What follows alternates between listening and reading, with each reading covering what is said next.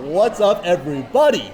Calvin Bowie of FK and Deliciousness, aka Captain Charisma. I'm with my boy Brian from Life of BD. That's right, Life of BD. Yeah. And this is our first episode in America. We are in Oakland Chinatown. We are eating at Vin Hong restaurant. At what address? Dang, that one, I don't know about the address actually. What kind of co-host are you? I Google map everything around here nowadays. He's Welcome to America. He's my co-host for this episode. We're going to be eating Chinese noodles. And I got some food, you got some food. We're going to eat. We're going to talk for 42 minutes about what's going on in America right now. What does a 29-year-old look? How does the optimism look like for a 29-year-old here in the Bay Area? This episode is all about you. Since you're the co-host, Okay. you get to talk the most. All right. You ready? You just ask the questions and I'll try to answer like it's an interview. Okay, pass me some chopsticks. We got this job interview going on. All right. So I literally packed up my stuff and left Vietnam for the time being because of the COVID situation. I can't film over there. So I'm in America. We're going to be here for about a year. We're going to be doing some filming in California, Minnesota, Texas, Florida. We'll see where the wind leads us. But We're gonna be everywhere. we're going to be everywhere. Let's talk about what we're eating here. Turn the camera around, show you what we're eating, and then this is the first episode that we're doing for Fucking Deliciousness in America. So this is really exciting for me. Super honored. All right. So what am I eating here?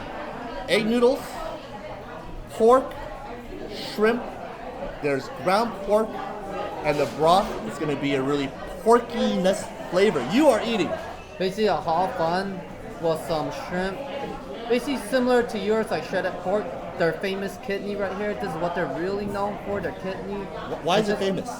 It's just good around here. Not many other places really serve kidney and stuff, other than this place and a few other ones in Oakland. Really? And it's just good in its own way. So if I was a restaurateur and I wanted to beat the market, would I open a place that had kidneys? If you could specialize on it, yeah. Y'all know Wingstop, right? I want to do a kidney stop. No, I don't know about that. Deep fried kidney. All right. Let's have the broth first before you do anything else. Let's have the broth. Let's see right. what it needs. I got mine soup on the side. That is a really well-made broth. That is not oily. That is full of porky goodness, but there's also some seafood essence in there. Yeah. Do you know what that comes from? No, I don't. Honestly, I'm not good with my food stuff, so. Most likely it comes from dried squid. Wow. So you take dried squid and you take pork bones and you cook those two things together and you get a really masterful, flavorful broth. Mm-hmm. Did you know that? No, honestly, nah. Okay. Let's look at the condiments that we have here.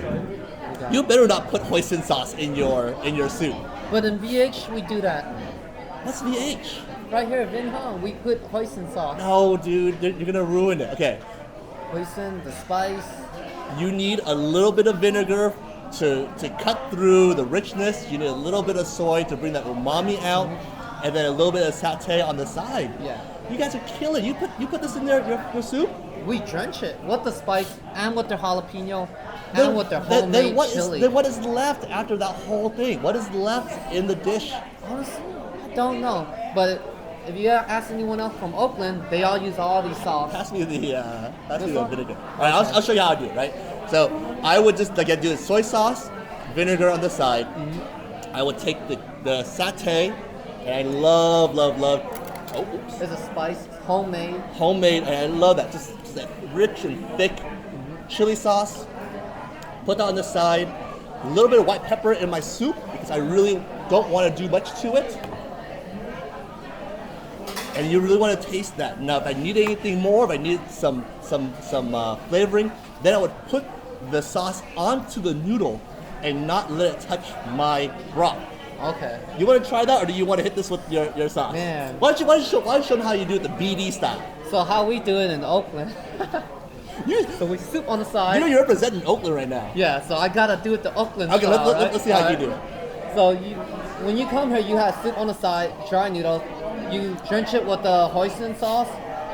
You like to do the swirl, and then you get the spicy. Please and thank you. And you do the same with the spice, and then some jalapeno. I can see the chefs in the kitchen right now just dying. No, they're like, that's the right And way. it's like, why did I work 12 hours on this broth if all you're doing is you're massacring it?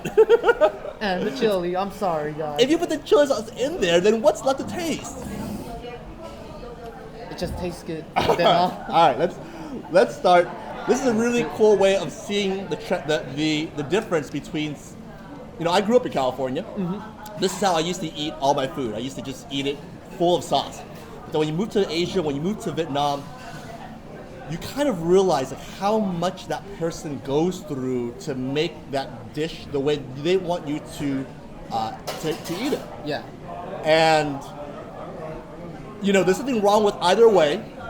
I think this is the kind of purest way. This is more like the modern style where you want all the flavors. But let's start with the noodles first and see what we're working with here. I gotta agree with you on the modern, more modernized. All right. So how often do you come here? I used to come here like every 2-3 weeks, Okay. pre-pandemic, Okay. and now this is my first time since the pandemic. Really? Yeah, So so that I'm was excited. 18 months ago. Yeah, huh? That was 18 months ago. Yeah, it's been a while, so I'm excited to have a little VH noodle soup. I am excited too. So excited that I'm ready to eat. You ready to do this? Yeah, cheers. Okay, Man. cheers, man. Here we go.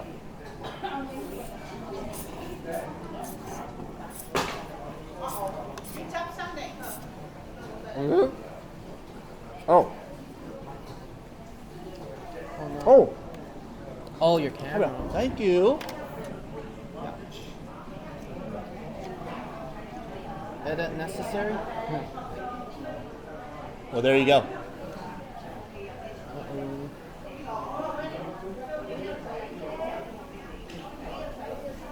All right. So as you know, we go live on these. On my. Ready?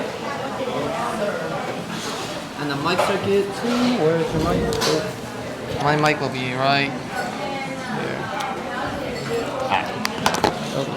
there. Ready? Yeah. Your mic that far away? Yeah. These are really good mics and stuff. But I can put it here if you want. Oh, it's up to you, man. As long as you're being heard. Okay. How do you hit play? It's already recording. Is it? Let me just triple check. Let's do the triple. You're good. Ready? Yes, I'll clap so you know where to cut it, okay? That's how live we are on FK and Deliciousness. My camera fell. It's saying it's overheating. I got no other way to film, so we're going to use Brian's phone right now. His setup is way more better than my setup. iPhone, what is that, 12? The 12 Pro. Yes, sir. So if I got an iPhone 6 and I have two of them, does that make mine an iPhone 12? 6 times 2 equals 12, maybe. He has road bikes. He has a light. He has a tripod. This guy came to win. All right, let's get back into it. Okay. All right. So I don't know what happened. I don't know why it fell, but you know, things happen. But you continue on. So again, I'm gonna put a little bit of my sauce concoction onto the noodles. Okay. And then I don't want it to hit the broth. Because I want to keep the broth, you know, like a virgin. So that's how you do in Vietnam. That's how you do in Vietnam. Okay. You know, gotta yours try on the that. other hand, you like to just. I drenched it already. All right, let's try to do those first, all right? Cheers.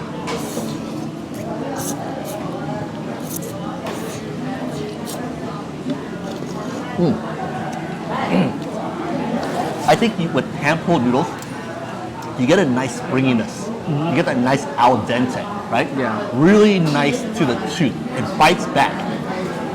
The broth, to me, really speaks wonders of the chef and how they create a master broth.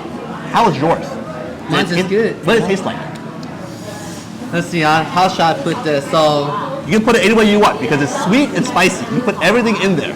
It is sweet and it is spicy. It's a little more than a kick of spice. I probably added a little too much spice. Did you? Rusty. 18 months of not eating this. I'm a little rusty on it, I'll admit. Alright. But it's still the way I like it, you know. So why is this place popular? What makes this place somewhere that people want to go to?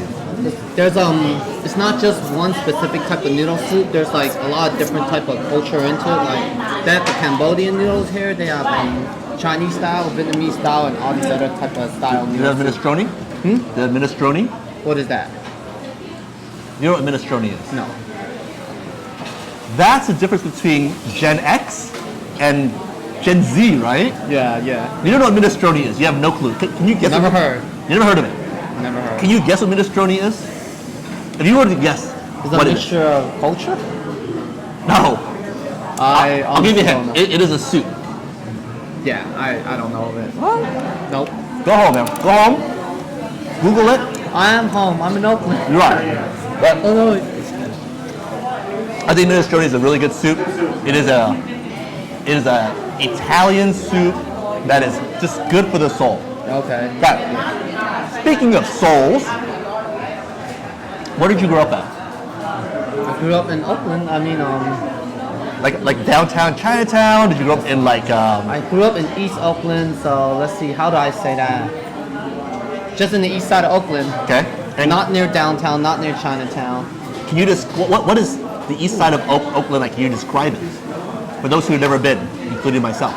Well, I don't know, Calvin. What do you say after being here for just an hour? Would you come kick it out here more? Oh, is this East Oakland? Part of it nearby. It's next to West Oakland too and East Oakland. It's vibrant. It's cool. It's an art district. It's vibrant. It is getting gentrified though. You know, I do see that a lot of the old mom and pop shops are starting to pass along their business onto their kids. You see the next generation. You see how they're doing business. So it's really cool to see how something that their grandparents or their parents started pass along to the generation. Yeah. What do your parents do? My parents? Yes. Well, my dad used to be. My dad's dad used to own Wing On Supermarket, which is not too far away from here, which is located in East Lake, near basically Little Saigon of Oakland, I like to call it. Okay. But recently, as my grandpa got older, you know, he had to sell it off. My mom, she lives in San Francisco, so yeah, she's just working her little office shop. Yeah. Shout out to them. But To them. And then, are you still in school now, or did you finish school? you want to know the truth? I didn't even bother going to college. Did you? Okay, like so that. after high school, what did you do? Honestly, the first 3 years, I was super lost. Okay, Like, hit it. the beginning of my parents' divorce, Sure. so super lost child. Sure. Wasting time doing nothing Okay. with my life. Just hanging with the wrong crowd, I would say for sure. But it wasn't until I left the house was when I understood the value of $1 3 Okay. years later. Okay. What did you learn about the dollar? What was it about the dollar that you learned?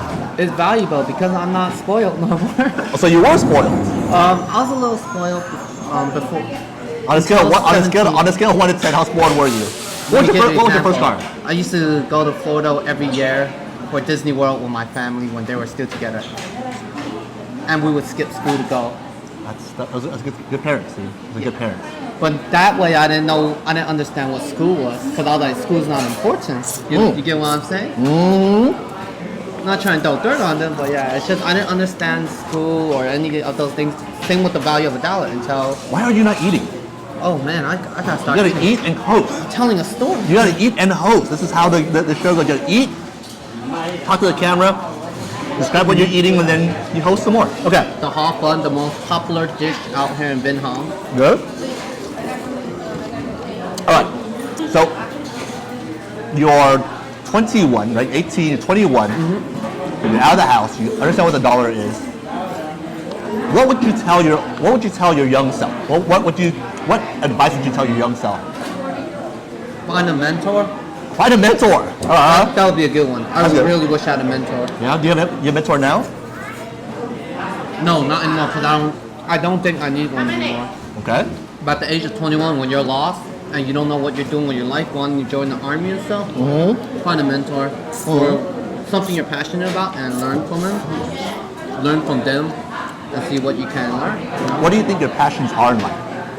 My passion, combat sport, like something like boxing, is something I hold truly since I was a young kid. Traveling is my other passion. Food is one of them. Okay. But traveling overrides all. Traveling is part of food because then you get to taste the culture when you're traveling as well. Okay. Yeah. Where have you been that you really like? Hey man, Vietnam, sir. Oh. I can't wait to go back and chill with you. Oh, well, I'm going to be here for a while and borders aren't opening, so you better you better hang out for a little bit. But you know, Vietnam's a great place. I love Vietnam. What do you love about Vietnam? What is it? What do you have the most fond memories of? Honestly, the food, like eating like 6-7 meals a day of good Southeast Asian type of food. Yeah, I love it. I like the sceneries. Of course, I haven't been in the north like that, so I haven't really get to see the outdoor sceneries too much. But you know, I took a road trip from South Saigon all the way to how far did I go off? Crap, I think I went all the way to Da Nang. Okay. So then I love the road trip that I took, like taking all the bus, the limo, those fancy van limos, all that other stuff. The trains, which people were really rude, and it was really hot in those trains. Goodness. But yeah, Vietnam, I just love the scenery, the food, and everything about it. You have more stories to talk about than just the bus and the trains. Tell some stories about your travels in Vietnam while I eat more noodles. I met a lot of great people. Yeah? What are some great stories to talk about? Oh, back then when drones weren't a hot thing, I had a drone. And, You had a drone? And you know, I almost crashed it in the city once. Okay. Okay, what happened there? I lost sight and service, Wi-Fi connection or whatever. Just signal just broke out, and I'm like, where'd my drone go? Here's one fond memory. Me and my friend. I like how he eats and then tells stories. Getting good at hosting. Go ahead. Yeah, I'm learning from you. Right, yeah. One of my friends, we were heading to Huế from Da Nang. He had to moped, and then just coming out the tunnel, a police on a motorbike decides to pull us over for no reason. I'm sure they had a reason. Okay. You want that $20 under the bike. So what happened? So when we got pulled over, my friend was like, pretend you don't know Vietnamese. I was like, I don't know Vietnamese, Hill. And I was like, okay, that's good. Because he knows Vietnamese because he was born there. So when the police came up to us, and we're like, what happened? We're just like looking all lost, pretending we're lost. We're like, what happened? In English, like, oh, what's wrong? And then he just kept saying things in Vietnamese. And I was like, English? Vietnamese? No, you know? For like a whole 3 to 5 minutes till he was annoyed and he just did this to us. So we left freely. That's one good story in Vietnam. It's one good story. Alright. What was your favorite city in Saigon? Or in Vietnam, sorry. I like Hoi An a lot, but I never got to stay out there like the whole 2 day. Hoi An, I feel like it's a very historic and really nice place to be around. Hoi An is a UNESCO site that, if you guys Google it, you'll see it, but they basically kept the downtown area the same way it was, I don't know, 100 years ago. So you really get to see some of that natural beauty of the central region. All right. You want to go back to Vietnam? Yeah. I know that you have it inside you to be a travel bug. You also do a lot of hiking videos. A lot of what? Hiking videos. Hiking, yeah. On my other channel. Yeah. But I got a question. I only see you in those videos. I don't see who the camera operator is. It's mainly me. Well, how does the camera follow you? Oh, that, I have my friend I asked. So I normally hike with 2 to 3 people. I don't hike with too many people because I don't like being slowed down. Okay. Because if you're going to hike with me, you better have cardio, especially when you're carrying that 30-pound backpack. Note to self, don't go hiking with Brian. Hey, you want to go hiking sometime soon? Hell no. But by the time that I even get 1/4 of the way through, it'll be nighttime. Yeah. I don't walk fast, and there is no joy in hiking fast for me. I like to just hike slow and get there, or not get there. Just hike until. So I do this when I go hiking. I set an alarm for, let's say, an hour or 90 minutes, and when I hit that alarm for 90 minutes, I stop my tracks. I look around, and I turn right back because I know that I can walk up to maybe 3 hours, and that's like my max. So sometimes I don't get to see the viewpoint. Yeah. Most of the times I get to see the viewpoint. Most of the time I get to see whatever I see, and I'm like, well, 90 minutes happened. I'm gonna turn it around. Because then you gotta go back to your car, and you gotta drive. So here's a lesson: don't push yourself to that 3 hour mark, because it's 3 hours backwards. There's one issue about that. For me, I'm backpacking, so I'm sleeping in the middle of nowhere. So I have to reach my destination before it gets dark, you know? Can't your destination be like 20 minutes from the start and just camp there? No. That's no fun. I want to reach that peak, the summit. I have a goal, and I want to hit that goal and be right there and camp right there, the exotic spot. I don't want to camp next to the trail where everyone is. I want to be away from everyone. 4,000 feet up high, elevation. I'm really cool with like 40 feet high off the elevation. I'm really cool with camping with everybody else because they have the beers and they have the ride back home to the parking lot. All right, so you go hiking with 2 or 3 people. You can find him on Instagram at Life of BD. Yes, sir. Right? Yeah. Thank God. And your YouTube channel? It's also Life of BD for my food channel, which I also featured this place in already. And my travel channel is Travel Heads. You have 2 channels. I have more than 2 channels, but those are my 2 main channels. How many channels do you have? I'll just stick with 3. I have a harder time doing 1 channel. Yeah, it's difficult. I mean, part of not working the 9 to 5 schedule as well. So yeah, consumes a lot of my time, but you get experience on editing sooner or later. Or you don't edit like what I do. Yeah, but it's just I mess up a lot on my food videos. But for some reason I'm on fire because you're on fire, so it gives me the confidence as well. Well, that's good. That's good. Okay, let's talk about hiking. When did you get into hiking? When? So I've always been more into physical activities like football, boxing, all that stuff. Hiking was not something I got to. Let's see. Middle school, I started hiking with my one friend. He's white. My parents won't let me doesn't let me really go out unless it's my white friend back then because he's white, you know. So then we would sneakily go hiking without letting my parents know. And then high school it fell off, and then after high school, like a few years after, I would get back into hiking because hey, I started paying for rent at home. My parents can't tell me I have to be home. I'm gonna go out. So then I started doing like crazy backpacking trips, like Yosemite and stuff, like going up 4,000 feet up in elevation with a 30-pound backpack. And yeah, I mean, ever since then I've been doing it. It's a stress relief. I love doing it without no signal on my camera. I mean on my phone, so then I can't hear no text, no social media posts, nothing. It's just a little bit of a stress relief compared to being in the city always and hearing all the drama. Okay. What advice would you give hikers that are, let's say, are newbies or trying to get into hiking? Don't be stubborn. Listen to someone with experience. I've had many people that don't listen. I also have one friend. Can I tell you a story? Tell me whatever you want, man. You're my co-host. So, I hope he's not listening. But at this one time, I decided to have a big group, 10 people, go on a regular hike. What's his name? No. But if I had beers right now, I would just be downing beers right now. Okay, continue on. Okay, so it's a 10-mile hike. My friend brings his weight vest. I'm like, yes, please.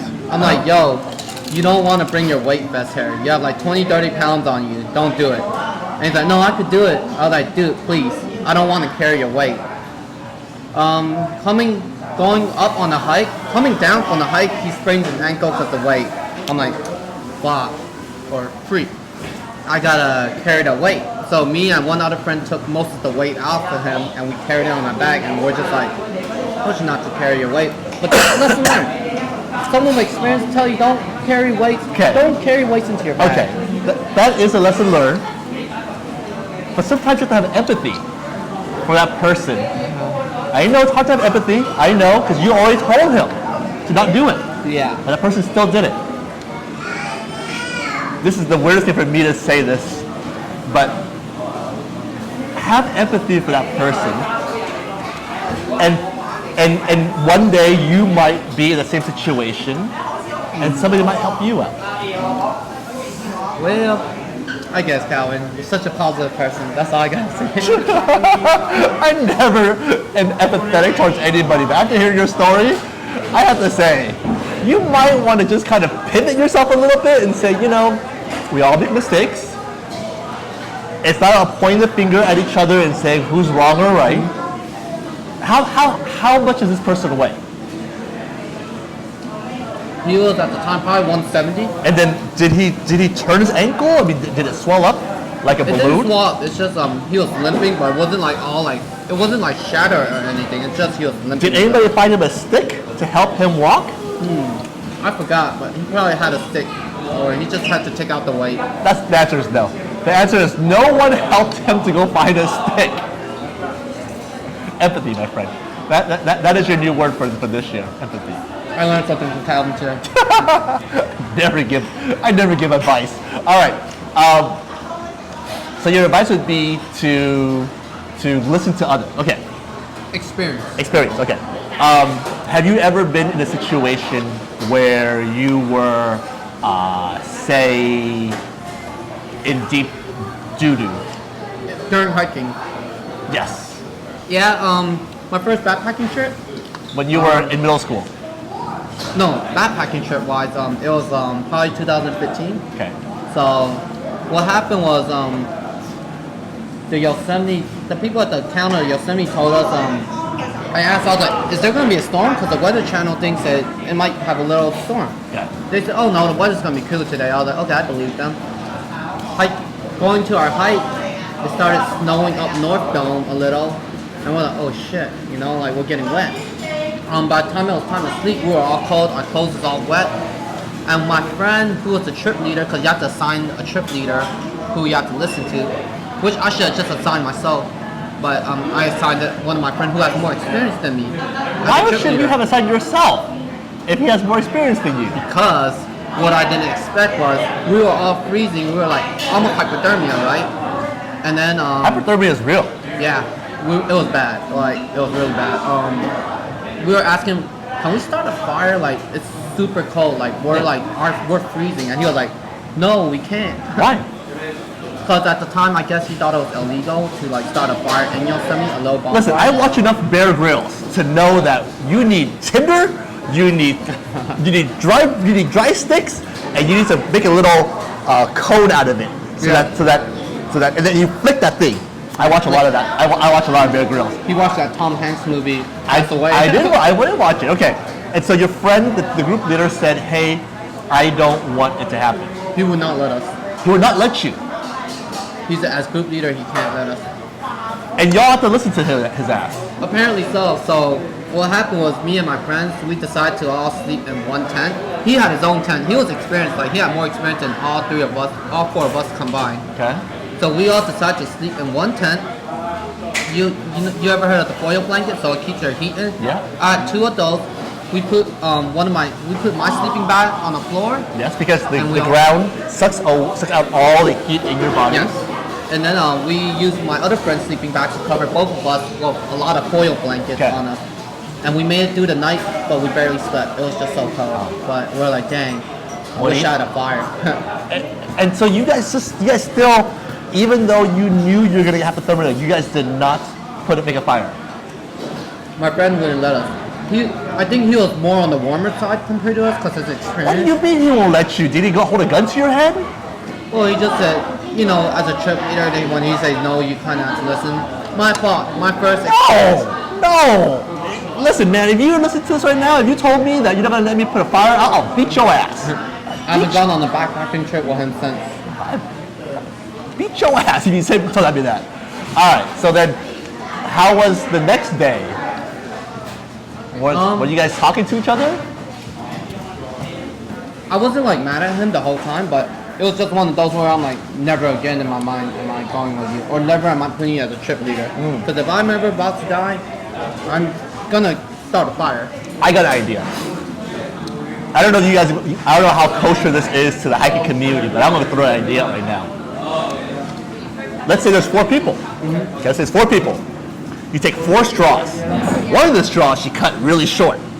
Then you get them all leveled up, and you say everybody draw straws, and the one who draws the short straw is the group leader.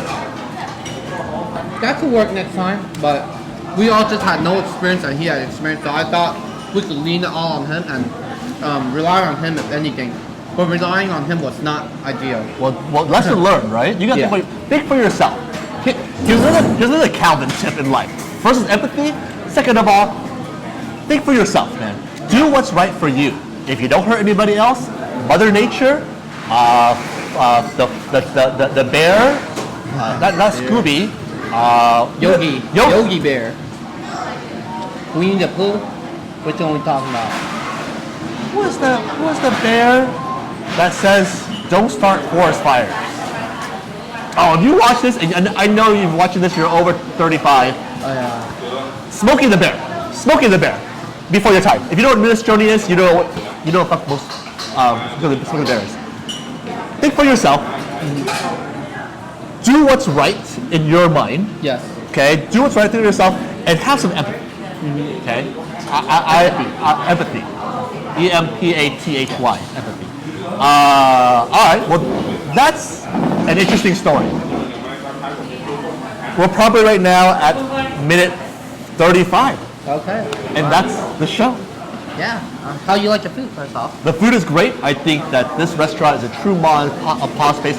This is the same noodles that you have gotten 20, 30 years ago. I don't think they really changed much to the recipe. I think generations after generations. I remember Chinatown in Oakland for dim sum on Sundays, and you would see the grandparents and the parents and the kids, and sometimes you would even see the 4th generation as babies, and it was really nice. And this is the kind of place that the sights, the sounds, the smells in the air, the chairs that kind of match and don't match, that's what makes Chinatown. I really have missed seeing this type of environment for so long, so I'm really happy you took me here. Your stories are great. We're gonna go film his show right now at another location, and I hope that my stomach can stomach another meal in literally 5 more minutes or 10 more minutes. But with that being said, dude, thank you so much for being the co-host. I really appreciate it. This is the first episode that we're doing in America. There is a Venmo account in the description below if you want to pledge $1, $5, $10, or as much or as little as you want. Click the link below. Pledge some money. It definitely helps us travel America, go from city to city, and all that money goes back into small businesses. As we travel, we only focus on small businesses, so that will pay for the meal, and that will pay them for the meal, and then they could, I don't know, buy a sleeping bag and go hiking and do all the fun stuff. You can find Brian on Instagram at Life of BD. You can find him on YouTube at Life of BD, and you can also find him on YouTube as Travelhead. Yeah, with the S. Travelheads. Yeah. Well, yeah. I'm honored to be the first guest on your show in America. That's crazy, but yeah, I hope you enjoy the rest of your trip. All right. Thanks, man. America. What was that? What is that? Dude? I don't know. I just wanted to do a sun out, like a closeout video shot, like.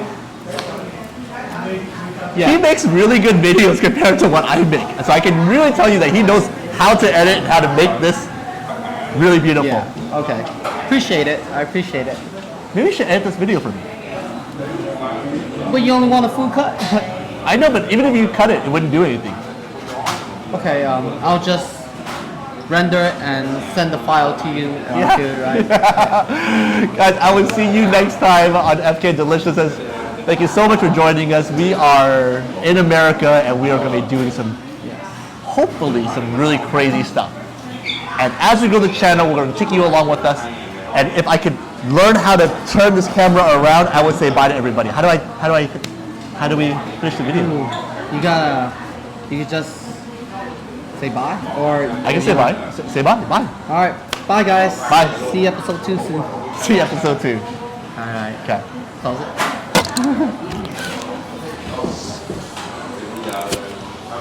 You're not a fan of Kit?